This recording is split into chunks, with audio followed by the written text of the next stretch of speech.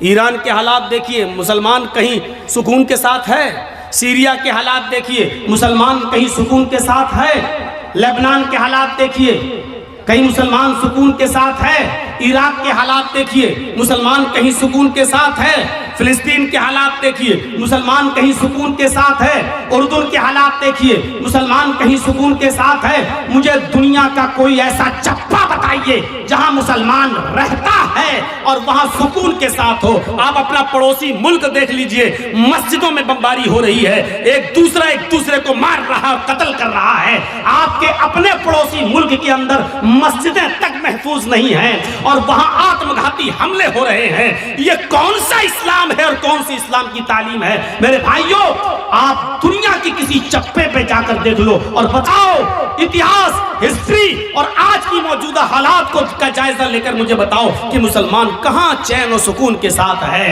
ضربت علیہم الذلۃ والمسکنہ، اتنا ذلیل، اتنا رسوا، اتنا انسلٹڈ، اتنا ذلیل اور رسوا دنیا کے کسی دور میں نہیں ہوا تھا جتنا آج کے دور میں مسلمان ہے۔ کیوں؟ اس کی وجہ یہ ہے کہ آج اس کے اندر سے ایمان نکل چکا ہے۔ وَلَا تَهِنُوا وَلَا تَحْزَنُوا وَأَنْتُمُ الْأَعْلَوْنَ إِن كُنتُم مُؤْمِنِينَ۔ اللہ نے تو حکومت و سلطنت دینے کا وعدہ، عزت و سرداری دینے کا وعدہ اس شرط پہ کیا تھا کہ اگر تمہارے اندر ایمان ہوگا تو ہم تمہیں عزت دیں گے، ہم تمہیں بلندی دیں گے، ہم تمہیں باعزت بنائیں گے۔ میرے پیارے ساتھیوں، آج ہم جتنا ذلیل ہیں اس کی وجہ یہ ہے کہ آج ہمارے اندر اتنا ہی ایمان کمزور ہے۔ آج اتنا ہی ایمان کمزور ہے آج ہمارے اندر۔ ابھی کوئی کہہ دے کسی کا چہرہ دیکھ کر، اور میں نے یہ دوسروں کو تو چھوڑو، میں نے اپنوں کو دیکھا ہے۔ اپنوں سے مراد سمجھ رہے ہیں شیر شاہ برادری کو، اور بھی کھل کے کہہ دوں اہل حدیثوں کو۔ بس ایسے ہی، ارے باپ تمہارا چہرے پہ دیکھو بہت مایوس پریشان نظر آتے ہو، دیکھیے دھول میں لاٹھی مار رہے ہیں، حقیقت میں ہمیں کچھ نہیں معلوم۔ مجھے لگتا ہے کہ ضرور تمہارا کوئی رشتہ دار تمہارے ساتھ گڑبڑ کر رہا ہے، جادو ٹونا کا اثر لگ رہا ہے تمہارے اوپر، اس کے بعد وہ بس آپ کے پیچھے ہاتھ دھو کر نہیں نہا دھو کر پڑ جائے گا۔ ہے مولانا صاحب آپ کو کیسے معلوم؟ بالکل صحیح بات ہے مولانا صاحب، جتنا پیسہ آتا ہے بچتا ہی نہیں ہے۔ ہم کماتے بہت ہیں، ایک دن میں 10,000 روپے کماتے ہیں، لیکن گھر آتے آتے ہمارا کبھی بیٹا بیمار، کبھی بیوی بیمار، کبھی یہ بیمار، کبھی وہ بیمار، ایک دم چلا جاتا ہے۔ مولانا برکت نہیں ہو رہی ہے۔ آپ نے صحیح پہچانا ہے۔ اب مولانا صاحب کو موقع مل گیا بکرا حلال کرنے کا۔ اب صحیح ہے، یہ آدمی بس میرے جال میں پھنس گیا۔ ایک آدمی تو باقاعدہ ایسا ملا، کہنے لگا کہ بہت اچھی بات آپ نے کہی ہے، اس کا علاج تو ہو جائے گا لیکن خرچہ بہت پڑے گا۔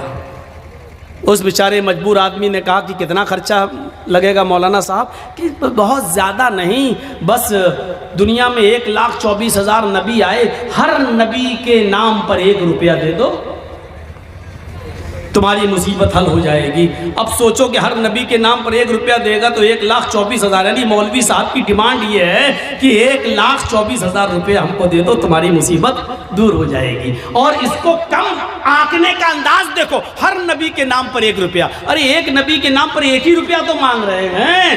اس سے پوچھو کہ ایمان تو تیرا محمد الرسول اللہ پر ہے، اقرار ہے کہ اللہ نے اور بھی نبی بھیجے ہیں، ایمان تو محمد الرسول اللہ پر ہے، اور اس بات پر بھی ایمان ہے کہ اگر وہ سارے کے سارے نبی کے دور میں، کسی بھی پیغمبر کے دور میں اگر محمد رسول اللہ آ جاتے تو اس نبی کو بھی محمد پر ایمان لانا پڑتا، اس رسول کو بھی محمد رسول اللہ پر ایمان لانا پڑتا۔ جب اس رسول کی رسالت محمد رسول اللہ کے آ جانے کے بعد کالعدم ہے، منسوخ ہے، تو پھر اس کے نام پر تو پیسہ کیسے مانگ سکتا ہے؟ اس کے نام پر تو روپیہ کیسے مانگ سکتا ہے؟ اس کے نام پر تو پیسہ کی ڈیمانڈ کیسے کر سکتا ہے؟ یہ کوئی سوال اگر کر دے گا تو کہہ دیں گے وہابی ہو تم، تم یہاں سے، یہ اتنی عقل تو وہابیوں کے پاس ہوتی، تمہارے پاس کہاں سے آ گئی؟ میرے ساتھیوں، اللہ نے کہا یا ایھا الذین آمنوا وَلَنَبْلُوَنَّكُمْ بِشَيْءٍ مِّنَ الْخَوْفِ، ہم خوف ڈال کر بھی تمہیں آزمائیں گے۔ یہ خوف نہیں ہے تو اور کیا ہے؟ آج کے حالات پر ذرا نظر ڈالیے، خوف ڈال کر بھی ہم تمہیں آزمائیں گے. والجوع، ایسے حالات پیدا کر دیں گے کہ تم بھوکے رہنے پر مجبور ہو جاؤ گے. کاروبار فیل، صبح کھا لیا تو شام کو بھوکے، شام کو کھا لیا تو صبح بھوکے. بھوک سے تم تڑپنے لگو گے، ہم تمہیں بھوکا رکھ کر بھی آزمائیں گے. وَنَقْسٍ مِّنَ الْأَمْوَالِ، تمہارے مالوں میں نقصان کر کے بھی ہم تمہیں آزمائیں گے. وَالْأَنفُسِ، تمہاری جانیں لے کر بھی ہم تمہیں آزمائیں گے. دیکھیے کیسی کیٹاگری بیان کی اللہ نے. خوف ڈال کر بھی آزمائیں گے، بھوکا مار کر، بھوکا رکھ کر بھی آزمائیں گے، تمہارے مالوں میں نقصان پہنچا کر بھی تمہیں آزمائیں گے، تمہاری جانیں لے کر بھی آزمائیں گے. والثمرات، تمہارے پھل فروٹ، کھیتیاں باڑیاں، کھیت اور سبزیاں برباد کر کے بھی ہم تمہیں آزمائیں گے. یعنی تمہارے کھیتوں میں نقصان کر کے جس کی تم پیداوار کرتے ہو، مکئی، چاول، دھان، بھٹا، جن چیزوں کو تم زمین میں اگاتے ہو، زمین سے پیدا کرتے ہو، پھل فروٹ سبزی کی شکل میں، اناج کی شکل میں، ہم اس کو بھی برباد کر کے ہم تمہیں آزمائیں گے. ان تمام شکلوں میں ہم تمہارا ایگزام لیں گے، ہم تمہارا امتحان لیں گے. وَبَشِّرِ الصَّابِرِينَ، اے محمد صلی اللہ علیہ وسلم، میرے جو بندے ان تمام چیزوں میں صبر کر لیں اور اللہ کے علاوہ کسی اور کا دامن نہ تھامیں، اللہ کے علاوہ کسی اور کا دامن نہ پکڑیں. اللہ کہتا ہے وَبَشِّرِ الصَّابِرِينَ، ایسے لوگوں کو جنت کی بشارت دے دو، ایسے لوگوں کو جنت کی خوشخبری سنا دو. ان لوگوں کے لیے جنت ہے. ہم مسلمان بنے پھر رہے ہیں، خوف برداشت نہیں کر سکتے ہیں، مالوں میں نقصان ہو جائے تو اللہ کو دوش دینے لگتے، میں نے کیا بگاڑا ہے. کافروں کو ملے حور و قصور اور مسلمان کو فقط وعدے حور. دنیا میں ساری نعمتیں بے نمازیوں، بے روزداروں کے پاس موجود ہیں اور ہمیں کچھ نہیں مل رہا ہے، ہم عبادت کر رہے ہیں تو اور زیادہ پریشانی. آپ اللہ سے شکایتیں کرنے لگتے ہیں. میرے بھائیوں، یہ سب سے بڑی جہالت ہے ہماری، یہ سب سے بڑی جہالت ہے ہماری. ہمیں پکا اور سچا مسلمان بننا ہے. ہمیں یہ دیکھنا ہے کہ ہم اللہ کی عبادت کے ساتھ ساتھ اس کی مخلوق کا کتنا حق ادا کر رہے ہیں. ارے تم تو انسانوں کی بات کرتے ہو اور چرچیز تم تو پڑوسیوں کی بات کرتے ہو. اسلام تو یہ کہتا ہے کہ کسی بھی کبوتر کو، کسی بھی مرغی کو، کسی بھی جانور کو باندھ کر اس پر نشانہ نہ لگاؤ. کتنے لوگ ایسے ہیں جو جانوروں پر نشانہ لگاتے ہیں، کتنے لوگ ایسے ہیں مستقبل قریب کے اندر، ماضی قریب کے اندر ایسے بہت سے لوگوں کو تو میں نے اپنی آنکھوں سے دیکھا ہے جو جانوروں کو لڑایا کرتے تھے. دیسی مرغے، مرغ کی لڑائی ہوا کرتی تھی، ان میں ناخن ان کے بڑے بڑے کر دیے جاتے تھے اور مرغ آپس میں لڑاتے ہیں. جب تک وہ خون کھچر نہ ہو جائے اور ایک مرغہ جب تک بھاگ نہ جائے تب تک ہار جیت کا فیصلہ نہیں ہوتا. پتہ نہیں اب یہ ہوتا ہے کہ نہیں ہوتا ہے. ہمارے اتر پردیش میں یہ جہالت آج بھی چلتی ہے. مجھے نہیں معلوم کہ آپ کے بہار و بنگال میں کیا کنڈیشن ہے. میرے پیارے ساتھیوں، اسلام اس لڑائی کو، جانوروں کی اور پرندوں کی اس لڑائی کو بھی حرام قرار دیتا ہے اور مرغ کو لڑا کر زخمی کرنے والوں کو بھی مجرم قرار دیتا ہے. میرے پیارے ساتھیوں، اسلام تو وہ پیارا مذہب ہے کہ ایک عورت نے ایک بلی کو پکڑ لیا اور بلی کو پکڑنے کے بعد باندھ دیا اور 3 دن اس کو بھوکا اور پیاسا رکھا، یہاں تک کہ وہ مر گئی. نہ چھوڑتی تھی کہ وہ شکار کر کے اپنا غذا حاصل کر لے، اپنا رزق حاصل کر لے، نہ خود اس کو کھانا دیتی تھی. بلی بھوکی پیاسی مر گئی. وہ نمازی تھی.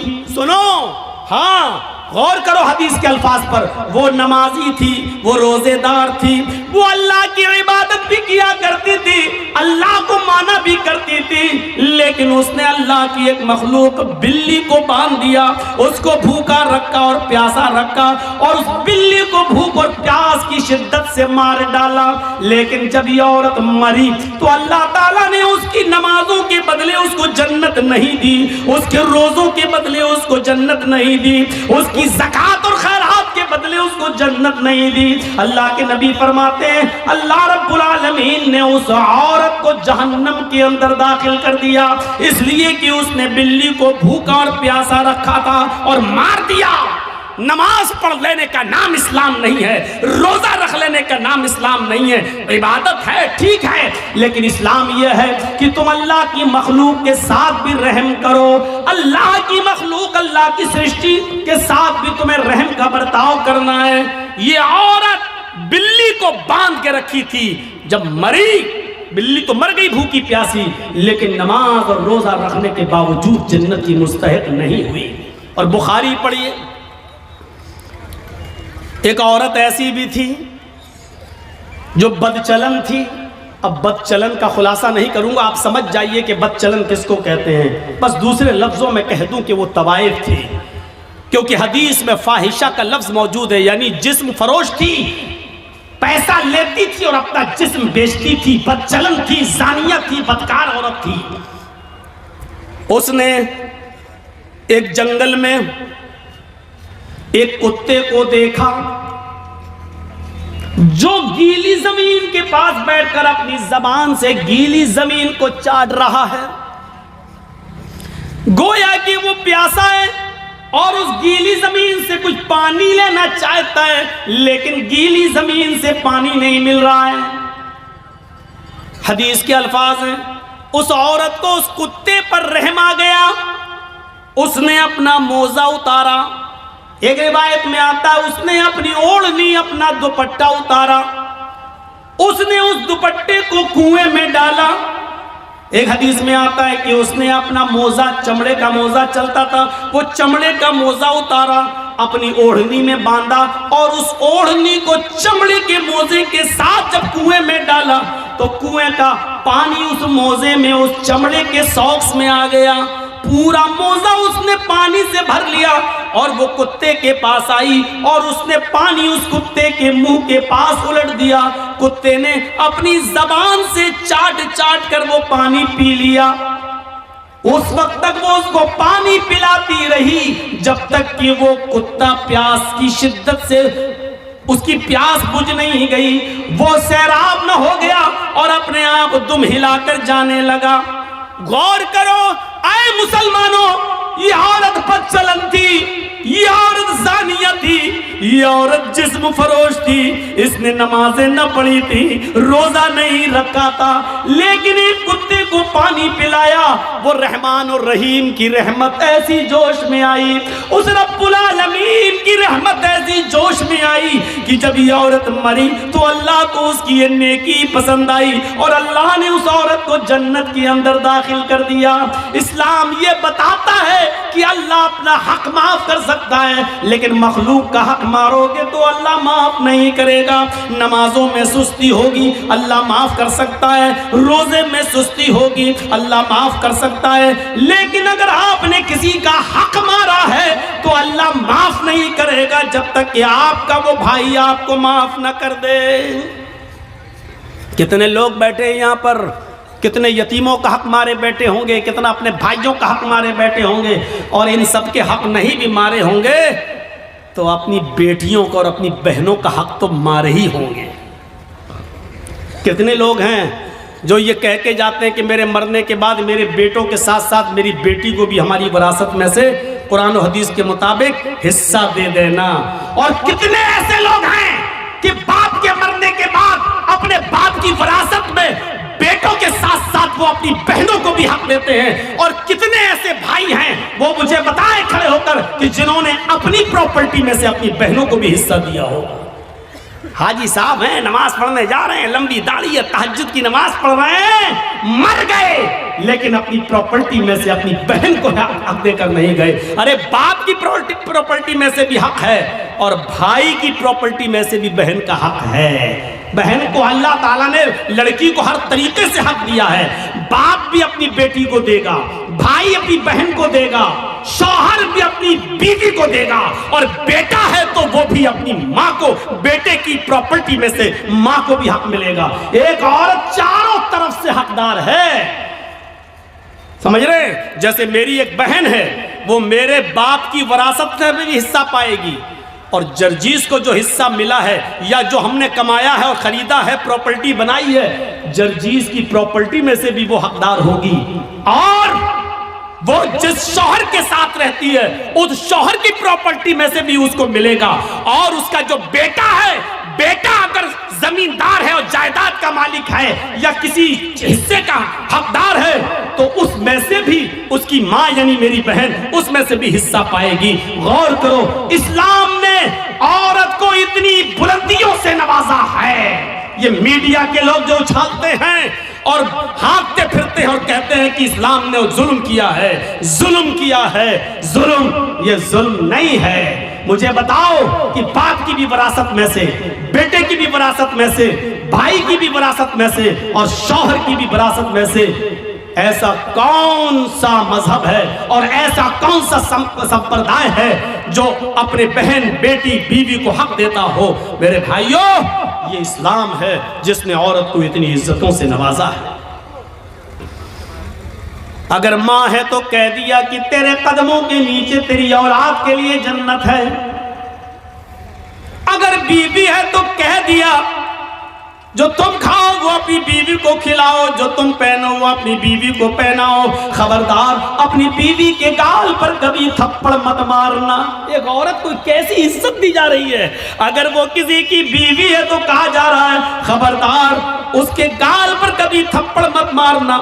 گال پر تھپڑ مارنے کا مطلب یہ نہیں ہے کہ گال پر نہ مارو، پیٹھ پہ خوب ٹھوکو۔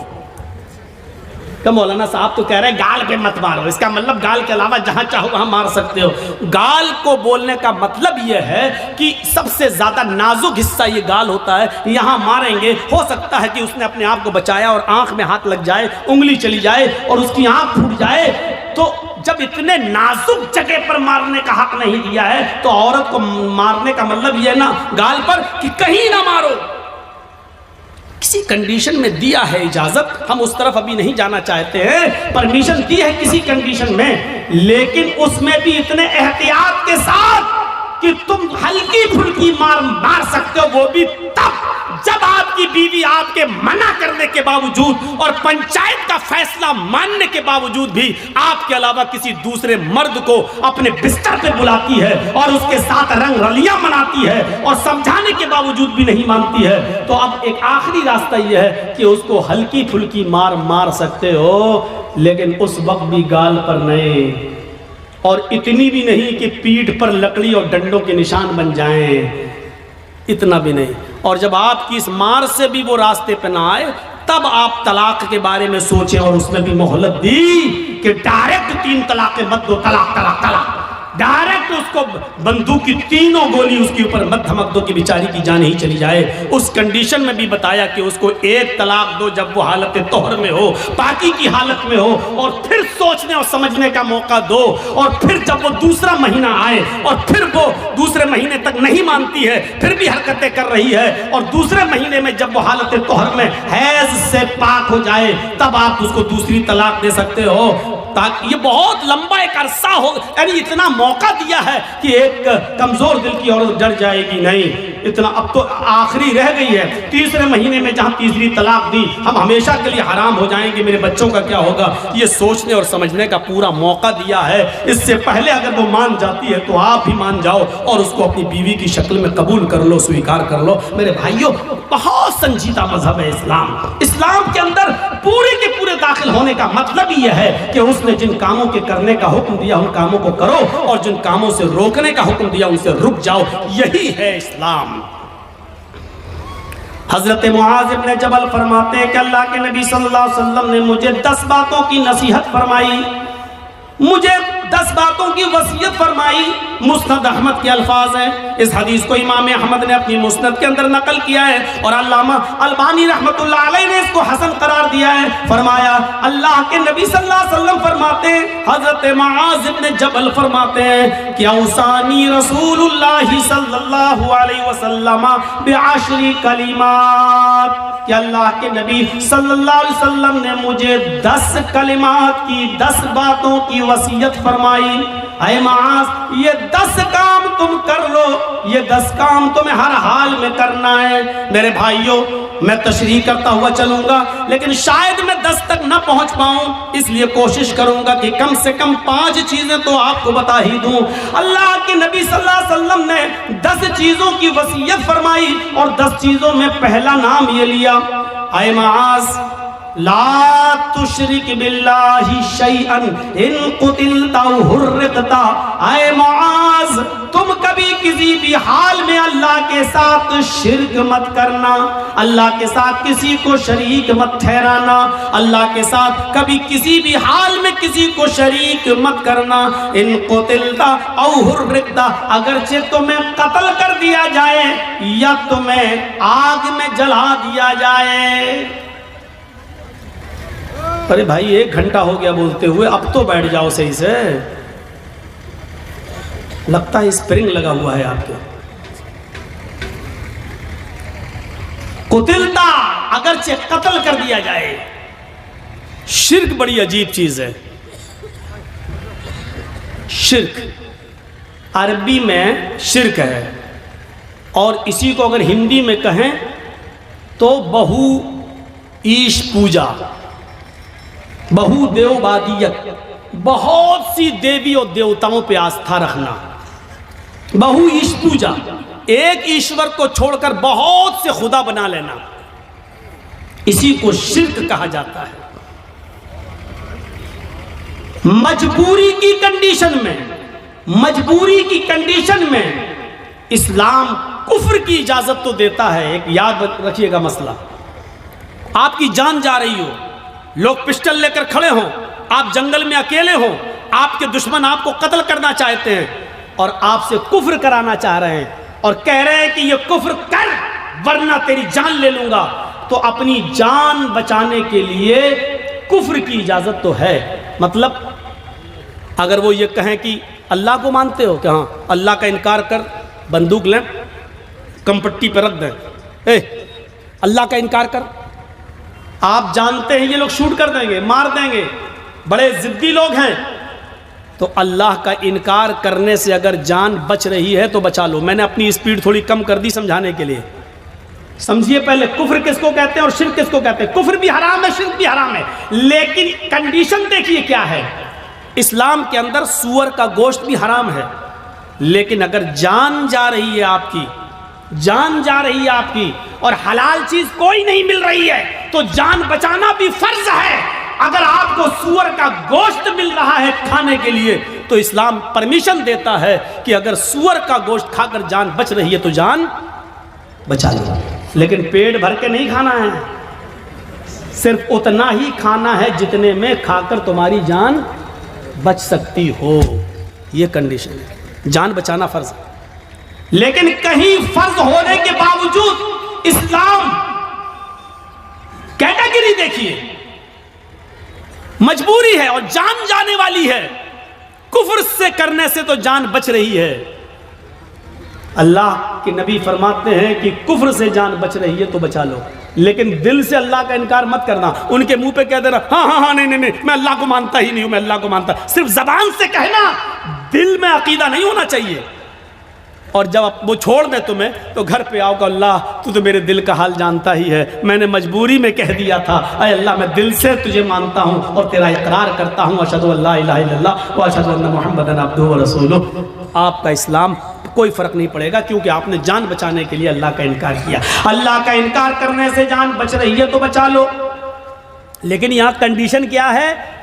لا تشرک باللہ شیئا ان قتلت او حرقت۔ یہاں اسلام، اللہ کے نبی کیا کہہ رہے ہیں؟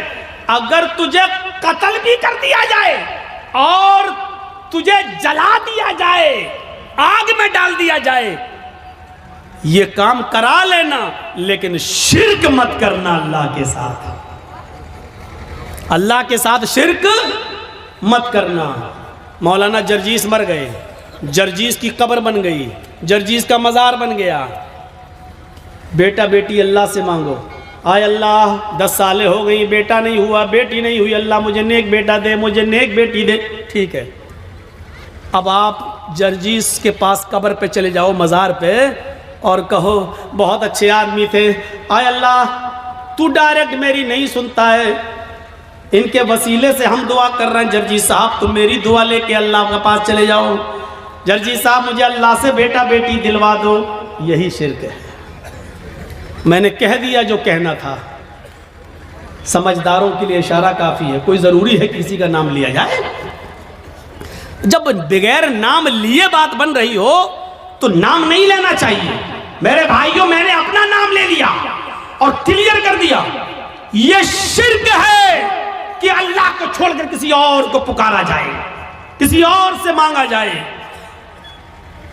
اذا سألت فاسأل اللہ، سوال کرو تو اللہ سے، وَإِذَا اسْتَعَنْتَ فَاسْتَعِنْ بِاللَّهِ، اور جب مدد طلب کرو تو اللہ سے۔ میرے بھائیوں، کوئی کمپٹی پر بندوق رکھ کر یہ کہے کہ میں اس پوری قوم کا سردار ہوں، مجھے سجدہ کر، میرے سامنے جھک، میرے سامنے سجدہ کر، یا میرے سردار کو سجدہ کرو، یہ میرے سردار ہیں، تو اللہ کا انکار کر کے جان بچ رہی ہے تو بچا لو۔ لیکن اگر کسی کو سجدہ کر کے جان بچ رہی ہے تو یہاں اسلام آپ کو جان بچانے کی اجازت نہیں دیتا، سجدہ کرنے کی اجازت نہیں دیتا۔ یہاں کہا ہے اللہ کے رسول نے، اے معاذ شرک مت کرنا، اللہ کا انکار کر کے جان بچ رہی ہے تو بچا لینا، لیکن اگر اللہ کے علاوہ کسی غیر کو سجدہ کرنا پڑے تو کسی غیر کے سامنے سر جھکا کر اپنی جان مت بچانا۔ اگر وہ تمہیں مارنا چاہیں تو مار دیں، قتلتا قتل کرنا چاہیں تو قتل کر دیں، اور ربتا جلا کر آگ میں ڈال کر تمہیں کوئلہ بنانا چاہیں تو بنا دیں، راکھ کرنا چاہیں تو کر دیں، یہ اپنے جسم کو دنیا میں کرا لینا، لیکن کسی غیر کے سامنے سجدہ مت کرنا۔ اوف، اب آپ سمجھ گئے کتنی امپورٹنٹ بات ہے۔ اب ہر مسلمان غور کرے کتنا پرسنٹ مسلمان ہے۔ پہلے تو یہ غور کرے کہ وہ مسلمان ہے یا نہیں، پھر یہ غور کرے ہے تو کتنا پرسنٹ وہ مسلمان ہے۔ مجھے تو نہیں لگتا کہ کوئی آدمی 10% بھی کہہ سکے کہ میں 10% بھی مسلمان ہوں۔ آگے آنے والے واقعات، ابھی ہم چل رہے ہیں آپ کی طرف۔ میرے بھائیوں، عقل بھی نہیں مانتی اس بات کو۔ آپ بتائیے، آپ یہاں رہتے ہو بھلکی میں، اور آپ کی بیوی بھلکی میں رہتی ہے، اور آپ محنت کرنے دلی گئے، اور دلی میں کوئی آدمی محنت کر رہا ہے، یہاں سے آیا بیچارہ اور وہ گھومنے آیا، آپ ہی کے گاؤں کا ہے بھلکی کا۔ اب آپ نے دلی میں ایک ساڑی خریدی 5000 کی، 10,000 روپے کی خوبصورت ساڑی خریدی، اور خوبصورت ساڑی اس کے ہاتھ میں دے کر کہا کہ بھائی تم تو بھلکی جا رہے ہو نا، اتر دیناج پور میرے گاؤں میں جا رہے ہو نا، ایسا کرو کہ یہ ساڑی میری بیوی کو دے دینا۔ شوہر نے محنت کی، مزدوری کی، اچھا کمایا، اور اس کے بعد ایک ساڑی خرید کر اپنے دوست کو دی اور کہا کہ میرے گاؤں میں جانا اور میری بیوی کو دے دینا۔ دوست گھر پہ آیا، دروازے کو دستک دی، بیوی نے دروازہ کھولا، آئیے بیٹھیے، کیا ہوا؟ اے آپ کے ہسبینڈ نے آپ کے لیے ساڑی بھیجی ہے۔ اس نے ساڑی دی، اوہ اتنی خوبصورت ساڑی، آئیے آئیے بیٹھیے، چائے پی کے جائیے۔ اس نے دروازے کھولے۔ اب حقیقت کیا ہے؟ اس عورت کو تعریف کس کی کرنا چاہیے، شوہر کی یا ساڑی دینے والے کی؟ آپ کی عقل بھی کہے گی یار جس نے ساڑی بھیجی ہے اس کی تعریف، کتنے اچھے ہیں میرے شوہر، دیکھو اتنی دور سے بھی مجھ سے کتنا پیار کرتے ہیں اور مجھے کتنا مانتے ہیں، میرا خیال رکھتے ہیں، ساڑی بھیجی۔ اب وہ عورت بجائے شوہر کے تعریف کرنے کے اپنے دل کے سارے دروازے اس ساڑی لانے والے کے لیے کھول دے۔ ایکسکیوز می، آئیے چائے پی لیجئے، آپ کتنے اچھے ہیں، آپ ہمارے لیے ساڑی لے کے آئے ہیں، چلیے کہیں ڈیٹ پہ چلتے ہیں، چلیے کہیں گھومنے چلتے ہیں۔ اسی کی تعریف کے پل باندھنے لگے۔ اور شوہر کو اگر پتہ چل جائے دلی میں بیٹھے ہوئے آج کے اس کمپیوٹرائزڈ دور کے اندر کہ کمبخت ساڑی میں نے بھیجی، اور بے غیرت دل دے بیٹھی ساڑی دینے والے کو، وہیں سے موبائل کرے گا، فون کی گھنٹی بجے گی، بیوی اٹھائے گی، کچھ سنے گا نہیں، کہے گا طلاق طلاق طلاق۔ کم بخت، ساڑی میں بھیجوں تعریف دوسرے کی کر رہی ہے، ساڑی میں بھیجوں گھوم رہی دوسرے کے ساتھ۔ اللہ نے نبیوں کو بھیجا، رسولوں کو بھیجا، پیروں کو، ولیوں کو بھیجا کہ جاؤ تم میرے دین کا پرچار کرو اور اسلام کی اور توحید کی دعوت کو بلند کرو، بجائے اس کے کہ ہم اللہ کی حمد و ثنا بیان کریں، اسی کو مشکل کشا مانیں، اسی کو حاجت روا سمجھیں۔ اب ہم اللہ کو چھوڑ کر کہیں کہ تمہارے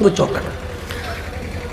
اپنے ہسبینڈ سے کہنا کہ تمہارے گھر کی چوکھٹ اچھی نہیں ہے، ٹھیک نہیں ہے، اس کو بدل دو. یہ کہہ کر ابراہیم علیہ السلام چلے گئے اور ان کی بیوی گھر کی چوکھٹ دیکھ رہی ہے کہ بڈھا سٹیا گیا کیا، یہ بڈھے کو پاگل ہے کیا، کتنی اچھی چوکھٹ ہے، مضبوط چوکھٹ ہے، گرمیوں میں ہوا آتی ہے، سردیوں میں دھوپ آتی ہے، وہ کہہ رہا ہے کہ تیری چوکھٹ خراب ہے، یہ بڈھا سٹیا گیا. شام کو جب اسماعیل علیہ السلام گھر پہ آئے، اور نوجوانوں سنو، اپنے ماں باپ کو خون کے آنسو رلانے والوں، اپنی ماں کو رلانے والوں، اپنے باپ کو ستانے والوں سنو.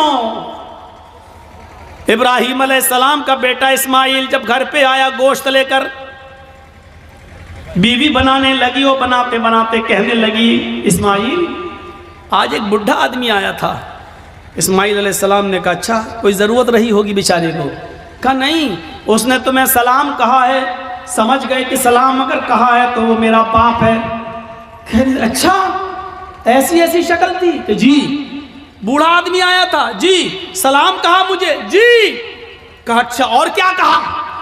کہا اس نے مجھ سے کہ اب جب تمہارے شوہر گھر پہ آ جائیں، ہسبینڈ گھر پہ آ جائیں تو ان سے کہنا کہ تمہارے گھر کی چوکھٹ ٹھیک نہیں ہے، اس کو بدل دو. بڈھا سٹیا گیا تھا. اسماعیل علیہ السلام نے کہا اچھا اس نے کچھ پوچھا تھا تم سے؟ کہاں پوچھا تھا کہ گھر میں گزر بسر کیسی چل رہی ہے، تو میں نے کہہ دیا کہ اچھی نہیں چل رہی. جو سچائی تھی بتا دی، صبح کھا لو تو شام کو نہیں ملتا، شام کو کھا لو تو صبح نہیں ملتا. انہوں نے کہا بس یہی تمہارا جملہ سن کر، یہی ورڈز سن کر انہوں نے کہا کہ اپنے گھر کی چوکھٹ بدل لو.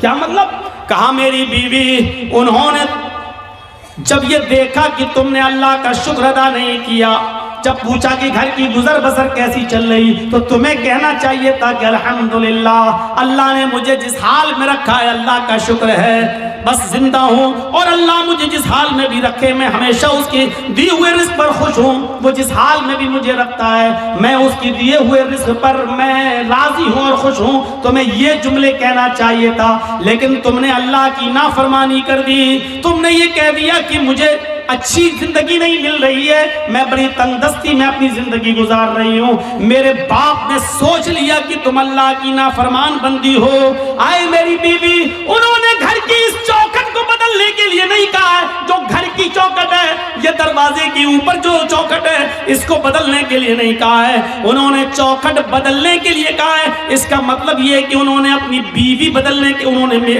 میری بیوی بدلنے کی بات کہی ہے. انہوں نے اشارہ کیا ہے ایسی اللہ کی نافرمان بیوی کو اپنے گھر میں تم مت رکھو. کیوں ایسی عورت کو اپنے گھر میں رکھ رہے ہو جو اللہ کی ناشکر گزار بندی ہے؟ لہذا تم اللہ کی شکر گزار بندی سے نکاح کرو، ناشکر عورت کو طلاق دے دو. آئے میری بیوی، میں اپنے باپ کا حکم مان کر تمہیں طلاق دیتا ہوں، کیونکہ میں اپنے باپ کی نافرمانی نہیں کر سکتا. تم میری زوجیت سے بے دخل ہو رہی ہو، میں تمہیں چھوڑ رہا ہوں، میں تمہیں طلاق دے رہا ہوں. اس زمانے میں طلاق کا جو پروسیسر تھا، اس حساب سے انہوں نے طلاق دے کر اپنی بیوی کو جدا کر دیا، اپنے باپ کی بات مانتے ہوئے. آج کے زمانے میں کوئی لڑکا اپنے باپ کی بات مانے گا؟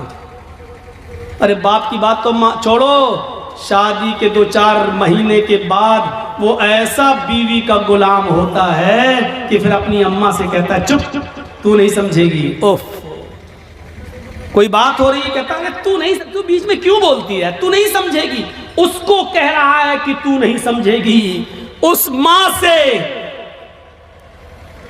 جو بچپن میں تیرے رونے سے سمجھ جاتی تھی کہ تو دودھ کے لیے رو رہا ہے یا تیرے کاندھے میں یا پیٹ میں درد ہے، جو بچپن میں تیری چیخ اور تیرے رونے کی آواز سے پہچان لیتی تھی کہ تجھے بھوک لگی ہے یا تیرے جسم کے کس حصے میں درد ہے، تو اس ڈاکٹر سے، اللہ کی قسم ماں سے بڑا کوئی ڈاکٹر دنیا میں پیدا نہیں ہوا. کتنی بھی بڑی وہ MBBS اور MS اور MD کی ڈگری لے لے، ماں سے بڑا کوئی ڈاکٹر نہیں ہے. کیونکہ ماں پہچانتی ہے کہ بیٹا یہ رو رہا ہے تو اس کے رونے میں بھوک چھپی ہے یا کہیں درد چھپا ہے. میرے بھائیوں، اس ماں سے کہتے ہو تم، اس ماں سے کہتے ہو کہ تو نہیں سمجھے گی، جو بچپن میں تیرے رونے کی آواز سے سمجھ جایا کرتی تھی. جب تو بولنا نہیں جانتا تھا تو جانتی تھی کہ تو کیا چاہتا ہے، تو تیرا ارادہ کیا ہے. تیرے پیٹ میں درد ہے یا تیرے جسم میں درد ہے یا تیرے سر میں درد ہے، وہ اس وقت تجھے سمجھتی تھی. اور آج تو اتنا بڑا ہو گیا ہے، آج اتنا عقل مند ہو گیا ہے، آج تیری پوزیشن اتنی اونچی ہو گئی ہے کہ تو اپنی ماں سے اتنی جرأت اور اتنی ہمت کہ اپنی ماں سے کہتا ہے تو نہیں سمجھے گی. حضرت ابراہیم علیہ السلام نے دوسری شادی کر لی. پھر 1-2 سال کے بعد پھر اچانک گھر میں آئے ابراہیم اسماعیل. پھر شکار کھیلنے کے لیے گئے تھے.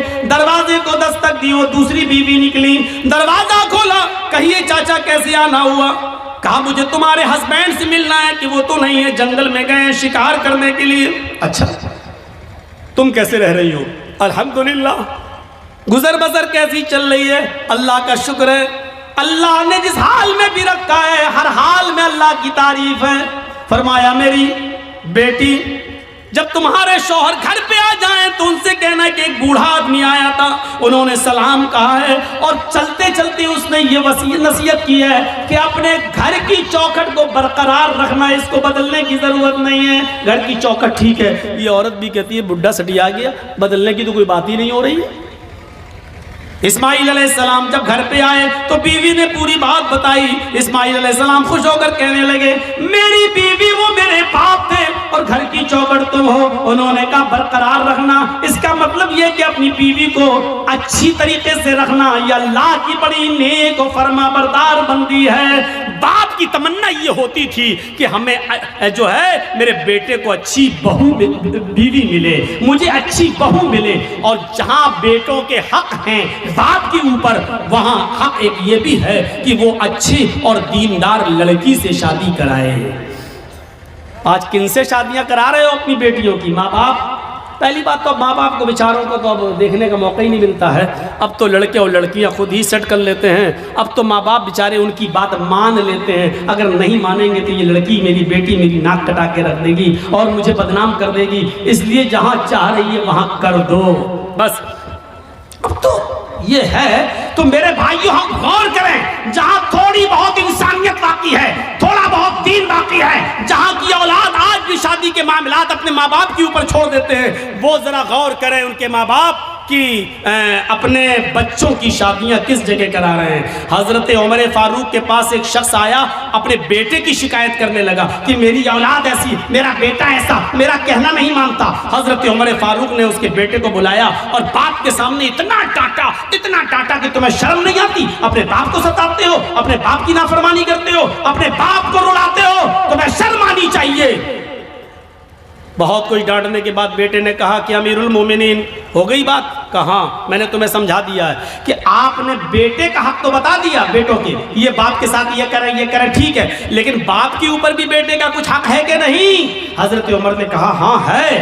جب وہ پیدا ہو تو اس کو اچھی تربیت دے, 7ویں دن اس کا عقیقہ کرے اور اچھا نام رکھے, اور جب بیٹا بڑا ہو جائے تو اس کی دیندار اچھے گھرانے میں, نیک گھرانے میں اس کی شادی کرا دے. یہ ہے باپ کا حق اولاد پر. تو اس بچے نے کہا, لڑکے نے, امیر المومنین میرے باپ سے پوچھو اس نے ان تینوں کاموں میں سے کون سا کام میرے ساتھ کیا ہے؟ جب میں پیدا ہوا 7ویں دن کا تھا تو میرا عقیقہ نہیں کیا. نام میرا رکھا, تو جانتے ہو اس نے نام میرا کیا رکھا؟ عربی میں ایسا لفظ بتایا جس کا اردو میں ترجمہ ہوتا کھٹمل. اس نے میرا نام رکھا کھٹمل. اور تیسرا, جب میں بڑا ہوا تو شادی کرا دی ایک مجوسی لڑکی کے ساتھ, ایک ان پڑھ جاہل گوار جو جانتی نہیں ہے کہ شوہر کا حق کیا ہے, اس نے ایک نافرمان عورت کے ساتھ میری شادی کرا دی. تینوں کام اس نے نہیں کیے. پھر حضرت عمر فاروق نے باپ کو ڈانٹا, کہا بیٹے کی شکایت کرتے ہو, اپنی غلطی نہیں بتاتے ہو کہ تمہاری غلطی کیا ہے. تم نے جب اپنی اولاد کا حق ادا نہیں کیا تو اب بھگتو, دیکھو, اور اب یہ سارے ظلم و زیادتی سہو, اب تو تمہیں سہنا پڑے گا. میرے بھائیوں, ایک صحابی رسول ہیں, اپنی ماں کو خانہ کعبہ کا طواف کرا رہے ہیں, ان کی ماں پیروں سے لنگڑی ہے. علامہ ہیثمی نے اپنی کتاب مجموع الزوائد کے اندر اس واقعے کو نقل کیا ہے, ذرا غور سے سنیے گا. ان کی ماں آنکھوں سے اندھی ہے, پیروں سے لنگڑی ہے, بوڑھی ہے. کہنے لگی بیٹا مجھے خانہ کعبہ کا طواف کرا دے, میرے بیٹے مجھے عمرہ کرا دے, میرے بیٹے میں طواف کرنا چاہتی ہوں. اس کے بیٹے نے اپنی ماں کو پکڑا اور خانہ کعبہ تک لے گیا. سواری کا انتظام کیا اور لے گیا، اور خانہ کعبہ پہنچنے کے بعد وہ چونکہ پیروں سے لنگڑی تھی، آنکھوں سے اندھی تھی، اس لیے وہ چل نہیں سکتی تھی، اس لیے بیٹے نے اس کو اپنی پیٹھ کے اوپر لاد لیا۔ اس زمانے میں وہیل چیئر چلتی ہیں، اس زمانے میں وہیل چیئر بھی نہیں تھی، اس نے اپنے کاندھے پر اپنی پیٹھ پر اپنی ماں کو لاد لیا۔ اس نے 1 چکر پورا کیا، 2 چکر پورے کیے، 3 چکر پورے کیے، 4 چکر، 5 چکر، اور 5ویں چکر کو پورا کرنے کے بعد جب 6واں چکر لگانے لگا تو اس کی مڑ بھیڑ ہو گئی، وہ ٹکرا گیا حضرت عمر فاروق رضی اللہ تعالیٰ عنہ سے، اپنی پیٹھ پر اپنی ماں کو لاتے ہوئے، اور اپنی ماں اپنے حضرت عمر سے ٹکرا گیا۔ حضرت عمر نے کہا ٹھیک ٹھیک ٹھیک چلیے، سلام ہوا، السلام علیکم، وعلیکم السلام۔ جب اس نے 6 چکر 7 چکر پورے کر لیے تو حضرت عمر کے فاروق کے پاس آیا۔ حضرت عمر نے کہا ماشاءاللہ، اپنی ماں کی بڑی خدمت کر رہے ہو تم، اس بوڑھی ماں کو تم نے طواف کرایا اپنی پیٹھ پر لاد کر۔ یہ ہنستے ہوئے کہنے لگا امیر المومنین، میری ماں آنکھوں سے اندھی ہے، اس لیے برتن میں خود دھل دیتا ہوں، میری بیوی نہیں ہے، میری ماں اسی کپڑوں میں لیٹرین و پیشاب کر لیتی ہے، اس لیے کہ وہ لنگڑی ہے، وہ چل نہیں پاتی ہے، اور جب میں گھر پہ نہیں ہوتا ہوں تو اسی میں وہ گندگی کر لیتی ہے۔ امیر المومنین، میں اپنی ماں کا پیشاب و پیخانہ بھی صاف کرتا ہوں، اپنے ماں کے کپڑے بھی دھلتا ہوں، اور آج میری ماں نے کہا کہ مجھے طواف کرا دے تو میں اس کو یہاں تک لے آیا، اور میں نے اپنی پیٹھ پر لاد کر اپنی ماں کو طواف بھی کرا دیا۔ اے امیر المومنین، کیا میں نے اب بھی اپنی ماں کا حق ادا نہیں کیا؟ کیا میری ذمہ داری پوری ہو گئی؟ کیا میں نے اپنی ماں کا حق ادا کیا یا نہیں؟ حضرت عمر فاروق کی آنکھوں میں آنسو آ گئے اور روتے ہوئے کہنے لگے چلو یار، جاؤ اپنے گھر اور اللہ کی عبادت میں اپنی زندگی گزارو۔ اس نے پیچھا کرتے ہوئے کہا امیر المومنین، میں نے مسئلہ پوچھا ہے، آپ کو جواب دینا ہوگا۔ فرمایا کیا پوچھتے ہو؟ کہا یہ بتاؤ، میں پیشاب صاف کروں، پائخانہ صاف کروں، اپنے ماں کے کپڑے دھلوں، اپنے ہاتھ سے کھانا بناؤں، اپنے ہاتھ سے ماں کو کھانا کھلاؤں، اپنی پیٹھ پر لاد کر میں خانہ کعبہ کا طواف کراؤں، پریکرما کراؤں، کیا اس کے بعد بھی میں نے اپنی ماں کا حق ادا کیا یا نہیں کیا؟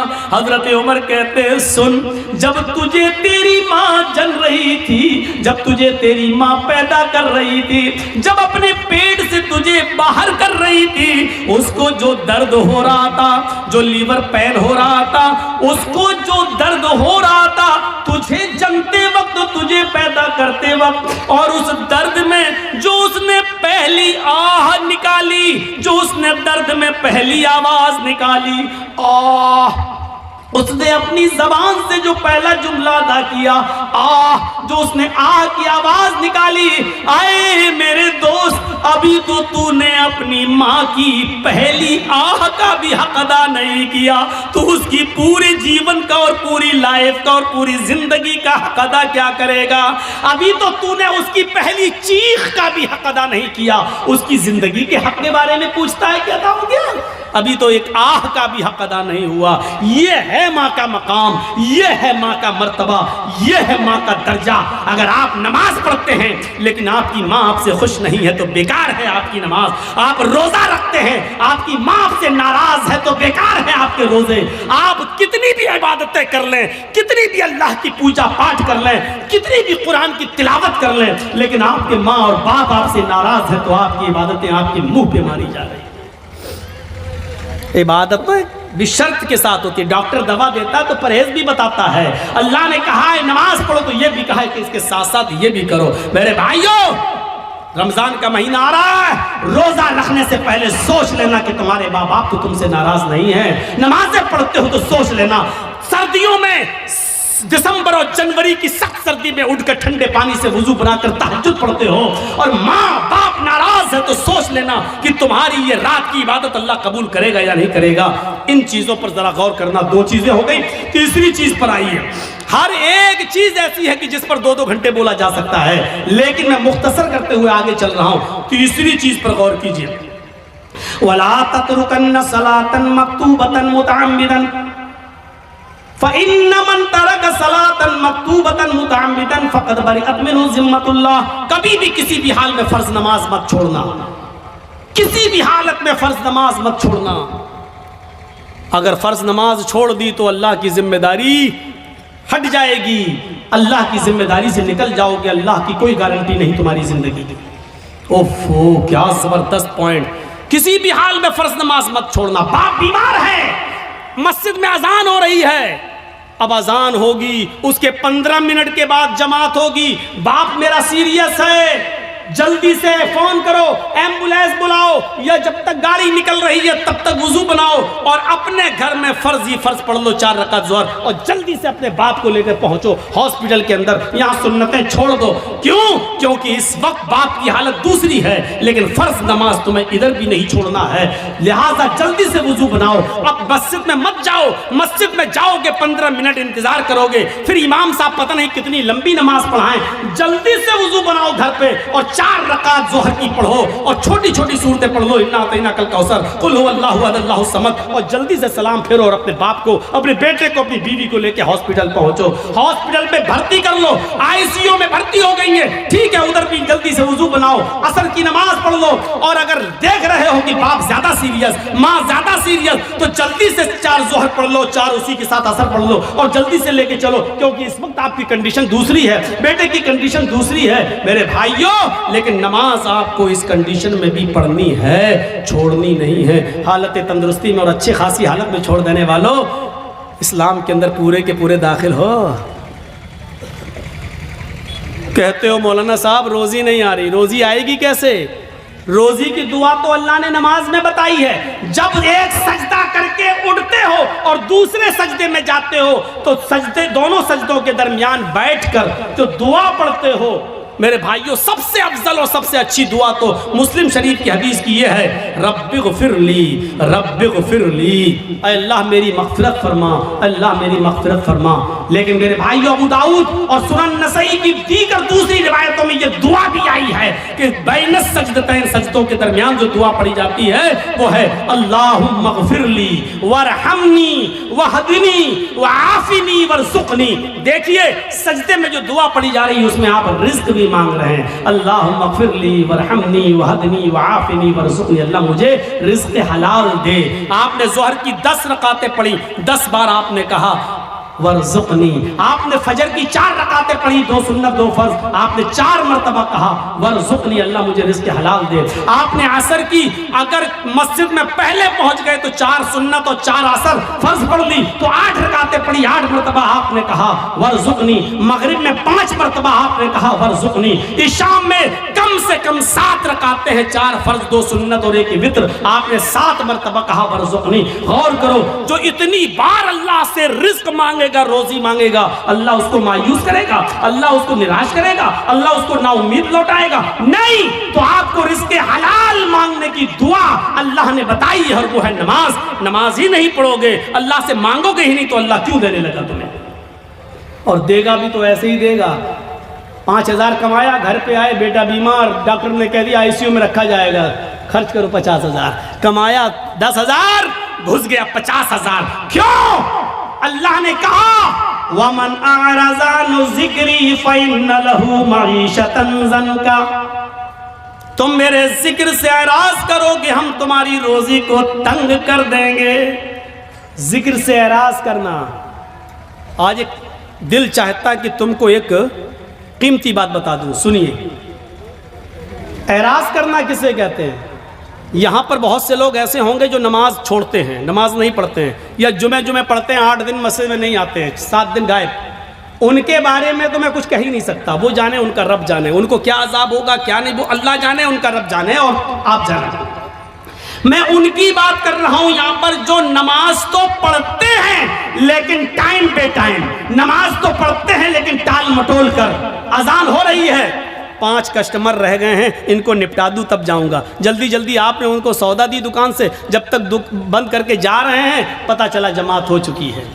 ہم ڈاکٹر ہیں، ہمارے پاس مریض آیا ہوا ہے بخار کا اور زکام کی دوا لینے کے لیے، اور اذان کی آواز آ گئی، ہم نے سوچا 2 مریضوں کو دوا دے دو اس کے بعد جا رہا ہوں۔ جب تک 2 مریضوں کو ہم دوا دے رہے ہیں اور جب تک ہم مسجد میں نماز پڑھنے جا رہے ہیں جماعت ہو گئی۔ یہ ہے نماز سے اعراض۔ پڑھ تو رہے ہیں آپ، آپ، لیکن جماعت کو آپ نے ترک کر دیا اور جماعت چھوڑ دی، یہ ہے نماز سے اعراض۔ اللہ نے کہا وَمَنْ أَعْرَضَ عَنْ ذِكْرِي، جو میرے ذکر سے جو نماز سے اعراض کرے گا، روگردانی کرے گا، ہم اس کی روزی کو فَإِنَّ لَهُ مَعِيشَةً ضَنْكَ، اس کی روزی تنگ کر دی جائے گی۔ بند نہیں کہا اللہ نے، یہ نہیں کہا روزی بند کر دیں گے، تنگ کر دیں گے۔ تنگ کا مطلب یا تو بہت مشکل سے اس کو روزی روٹی ملے گی، یا بہت آسانی سے ملے گی لیکن رکے گی نہیں اس کے پاس۔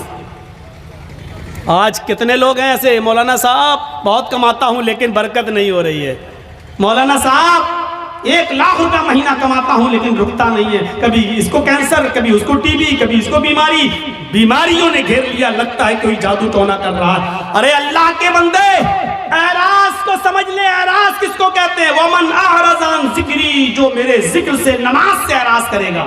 بچہ رو رہا ہے، ماں ٹی وی پہ سیریل دیکھ رہی، ریموٹ اس کے ہاتھ میں، ساس بھی کبھی بہو تھی، بیوی ماں اس بچے کی ماں دیکھ رہی، ساس بھی کبھی بہو تھی، ناٹک، چپس کھاتی جا رہی، چائے پیتی جا رہی ہے اور ناٹک دیکھتی جا رہی ہے، ڈرامہ۔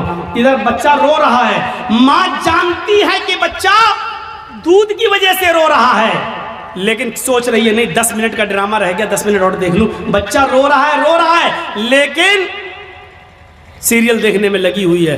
کیا کہا جائے گا؟ ماں نے بچے سے اعراض کیا۔ جب سیریل ختم ہو گیا، ماں نے بچے کو اٹھایا اور دودھ پلایا۔ دیکھیے دودھ پلا رہی ہے لیکن پھر بھی اس نے اپنے بچے سے اعراض کیا، روگردانی کی اپنے بچے کے ساتھ۔ اس کو کہا جاتا ہے اعراض کرنا۔ آدمی نماز تو پڑھ رہا ہے لیکن مریضوں کو پورا دیکھنے کے بعد آ رہا جماعت ختم ہو گئی۔ نماز تو پڑھ رہا ہے لیکن دکان کے سارے کسٹمر کو نپٹا کے آ رہا ہے، جماعت ختم ہو گئی۔ اس کو کہا جاتا ہے اعراض کرنا۔ ماں دودھ تو پلا رہی ہے لیکن سیریل دیکھنے کے بعد، آدمی نماز تو پڑھ رہا ہے لیکن اپنی دکانداری پوری کرنے کے بعد، تو آپ نے اللہ کے لیے چھوڑا کیا ہے؟ آپ نے اللہ کے لیے چھوڑا کیا ہے؟ قربانی کیا دی ہے؟ قربانی تو یہ تھی، آواز آئی حی علی الصلاۃ اور سامنے والا 10,000 روپے کا کسٹمر ہے، آپ کہہ دو کہ جا میں نماز پڑھنے جا رہا ہوں، اگر نماز نہیں پڑھوں گا میں نماز کے بعد ہی تمہیں دوں گا، جاؤ نماز پڑھ دو اس کے بعد آنا۔ حی علی الصلاۃ کی آواز سنتے ہی مسجد کی طرف چلے جاؤ۔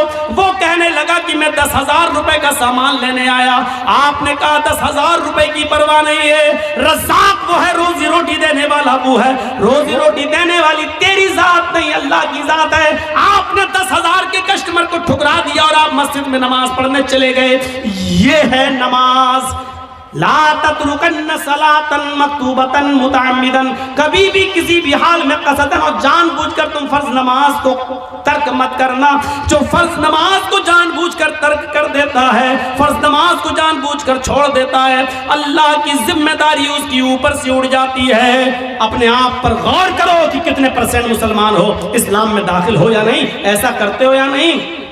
اب تو بڑا مشکل ہو جائے گا۔ اکثر لوگ ہمارے بھائی یہاں بیٹری والا رکشہ چلاتے ہیں بیچارے، اب پیسنجر کو لے کے جا رہے ہیں رکشے پہ، اذان کی آواز آئی حی علی الصلاۃ، اس کو وہیں رکشہ روکنا پڑے گا، فوراً مسجد میں بھاگنا پڑے گا۔ مولانا صاحب کیا کریں؟ ہاں سن لو، علماء کی موجودگی میں فتویٰ آپ کے سامنے دے رہا ہوں، اور یہ فتویٰ میرا نہیں، عبداللہ ابن باز کا فتویٰ ہے، شیخ صالح العثیمین کا فتویٰ ہے، اور فتویٰ یہ ہے کہ ہر وہ نوکری، ہر وہ بزنس، ہر وہ کاروبار حرام ہے اسلام کے اندر جس کاروبار کی وجہ سے اور جس بزنس کی وجہ سے آپ کی نماز چھوٹ رہی ہو۔ اسلام میں اس کاروبار کو حرمت حرام قرار دیا گیا ہے۔ ایسے کاروبار کو اسلام نے حرام قرار دیا ہے جس کاروبار کی وجہ سے آپ کی نماز ترک ہو رہی ہے۔ نماز ہی نہیں تو پھر مسلمان کس بات کا، نماز ہی نہیں تو پھر اسلام کا ماننے والا کس بات کا۔ تو میرے پیارے ساتھیوں، ہم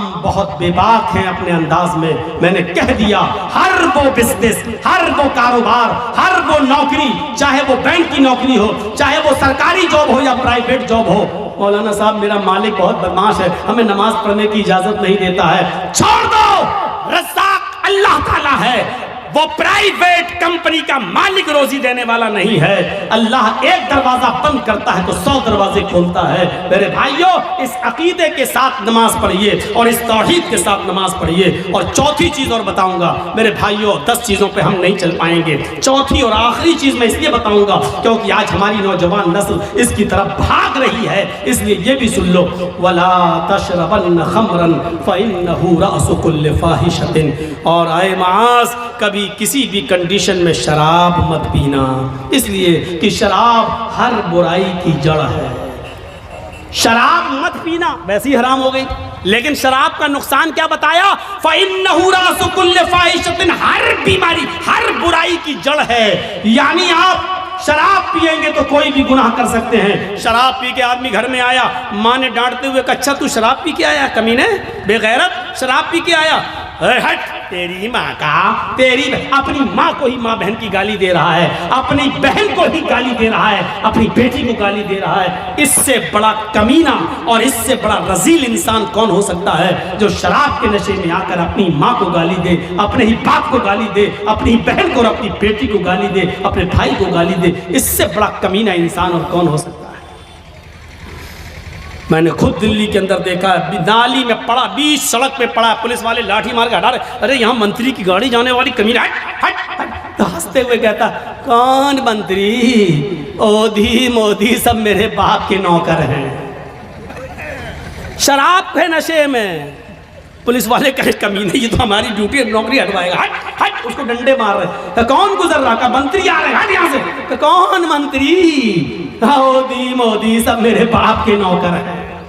شرابی کی نظر میں کوئی کسی کی حیثیت نہیں ہوتی، بڑی سے بڑی شخصیت بھی اس کے سامنے زیرو ہوتی ہے. کیوں؟ کیونکہ اس نے جو چیز پی ہے اس نے اس کی عقل کو خراب کر دیا، اس کی عقل کو ڈھانپ لیا، اس لیے اس کی نظر میں بڑی سے بڑی شخصیت بھی کچھ نہیں ہوتی ہے. جب شراب حرام نہیں ہوئی تھی، جب شراب حرام نہیں ہوئی تھی تو نبی کے چچا حضرت حمزہ نے شراب پی لی تھی، اور ایک گانا گانے والی کے گانے کے جوش میں آ کر اس نے کہا الا یا حمزہ للشرف النوا.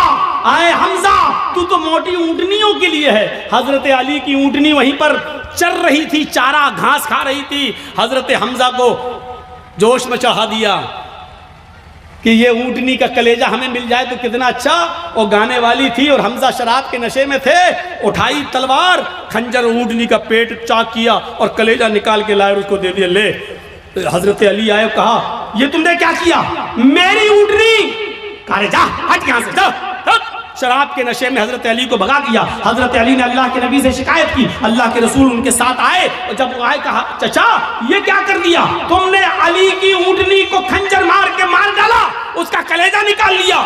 حضرت حمزہ شراب کے نشے میں تھے. بخاری کی روایت، حضرت حمزہ شراب کے نشے میں اللہ کے رسول سے کہہ رہے چل ہٹ، تو تو میرے باپ کا نوکر ہے، تو تو میرے باپ کا غلام ہے. میرے بھائیوں، شراب کے نشے میں جب ایک شخص محمد رسول اللہ کو ایسا کہہ سکتا ہے تو اس کا مطلب یہ ہے کہ شراب چھوٹے اور بڑے کی تمیز کو بھلا دیتی ہے. شراب انسان کے اندر سے عزت، رسپیکٹ اور ادب کو کھینچ لیتی ہے.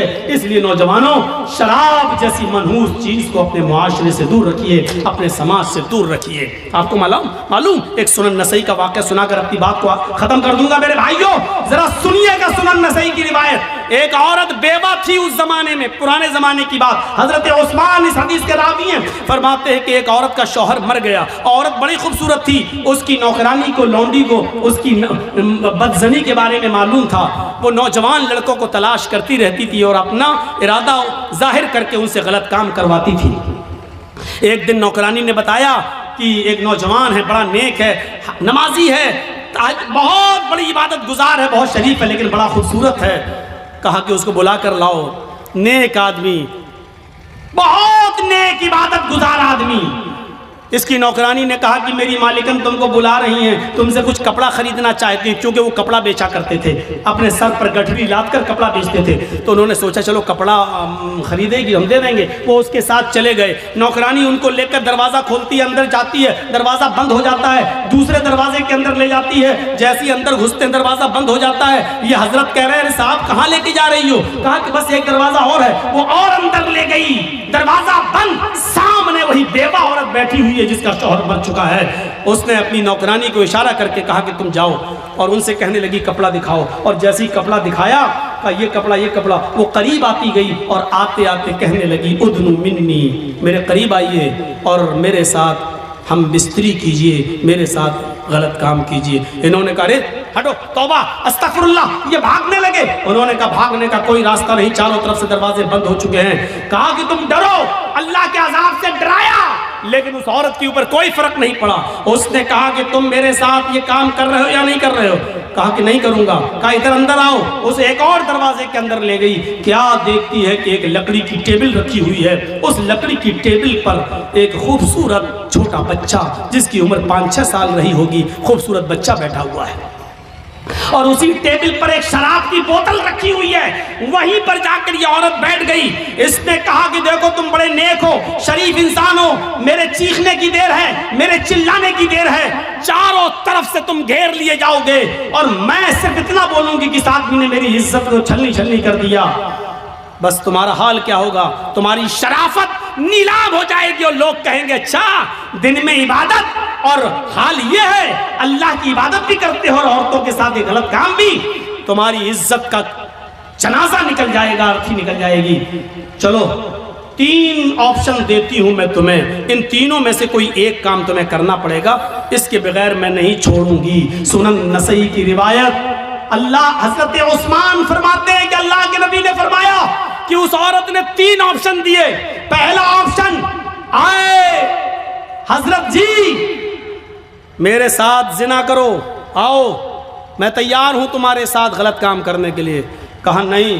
دوسرا آپشن بتاؤ.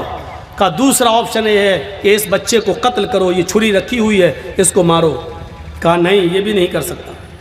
تو کہا پھر شراب پیو، یہ پوری بوتل جو رکھی ہوئی ہے اس کو پی لو اور جاؤ، میں تمہیں جانے دوں گی. 3 کام میں سے کوئی ایک کام تمہیں کرنا ہے. انہوں نے نظر آسمان پہ ڈالی. کہ اللہ، زنا کرنا بھی حرام، قتل کرنا اس سے بڑا گناہ، سب سے بڑا گناہ قتل. اس بچے نے میرا کیا بگاڑا جو اس کو میں ماروں؟ قتل نہیں کر سکتا. اس سے چھوٹا گناہ یہ ہے کہ یہ عورت مجھے برے کام کے لیے اکسا رہی ہے کہ برا کام کر لو، میں یہ بھی نہیں کر سکتا. اے اللہ، میں قتل بھی نہیں کر سکتا اور یہ بھی نہیں کر سکتا کہ اس کے ساتھ مکالمہ کروں. ان دونوں سے شراب پینا تو چھوٹا گناہ ہے، چلو یہی پی لیتا ہوں کیونکہ بچنے کا کوئی راستہ نہیں ہے اور جان بچانا بھی ضروری ہے، تو چلو حرام چیز پی لیتا ہوں. یہ زنا تو نہیں ہے، یہ کم سے کم قتل تو نہیں ہے، کسی کو بے قصور تو نہیں مار رہا ہوں اور اس کی عزت سے کھلواڑ تو نہیں کر رہا ہوں. اے اللہ میرے جرم کو معاف کر دینا. اس نے یہ کہہ کر شراب کی بوتل اٹھائی اور پوری کی پوری بوتل وہ شراب کی پی جاتا ہے. اس عورت نے کہا رکو، ابھی چلے جانا.